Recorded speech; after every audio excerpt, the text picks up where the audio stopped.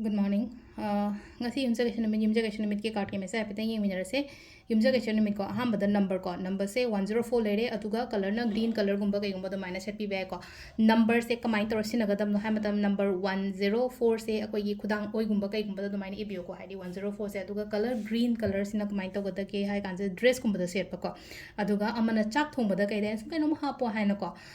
green color gi pot ko akoina cheng shuba matam da ha pa ya ba se tulsi leaves ha pa ya ko yumjagation ge na tulsi mana ma kai ma dumaina happy be natraga elaichi gumba kai gumba dumaina happy be ya ko adumba adum akoina change su matam da nong nong gi si na khoi leina ko hadi planet mayam se loina ma phana bagi damak ta ina sum mamang du share tawre ko video ma nungti yona reminder ina smaina ma hapsa bane ko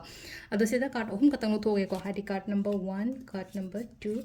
and card number 3 ko sidagi amma khanbira se ko ahamba ani suba ahum suba ko ahamba se khansira ani suba khansira number 2 khansira daga number 3 khansira ko amma khala se ko 1 khan banga yenga se ko 1 khan banga ila se selena ko ahamba da lei se aina ningba aina pamba aina journal gi bani khangde manifestation gumba tawraga tawgi bani khangde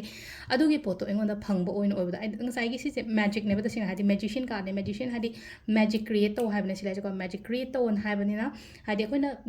manifestation to is some kind of hadi magic gumba koina magic gumba oirakna ba natraga hadi afaba do lakna bagi damak to koina khallaga tawjabane na sigi poche aduduna hadi magic create to ro hadi aina manifestation tawkiba khotkiba leraga adugi poto phangba oiba ama adudu lera ko natraga na aina sigi numit ai tar ko ngasi numit se to manifestation ate ete leino ko hadi kemta tadraga su numit se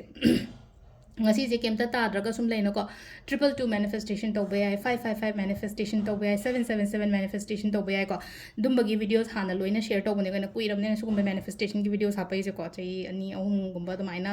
haire ko to ja ada dumba do phakal adum yeng be ko sisna ko number 1 khan ba oina ko number 2 ko number 2 gi sin leino ko minam sing ko mit na yam sing ha be kai na da khudong sa ba ma sa launa changa pa ai ko sida khudong sa ba hadi khangau da na kai no ma ai ngasi je hadi aphaba la oina pi bado ado ngasai ko keno tawraga samna ha ba hadi ko mit na singdraga di ngasai khudong sa do phangau ro ko hadi mit na sing biyo number 2 khan ba ngai ko number 3 ko number 3 sin amung sile no ko ai jibu tawsira tawrisira chasira chaloisira ina khanjana ga leje chatlo tholo o phamaga sidai thongnaw da le thongnaw da yenga ga leje ma kha hadi keno ma pot ma paira hauju hogote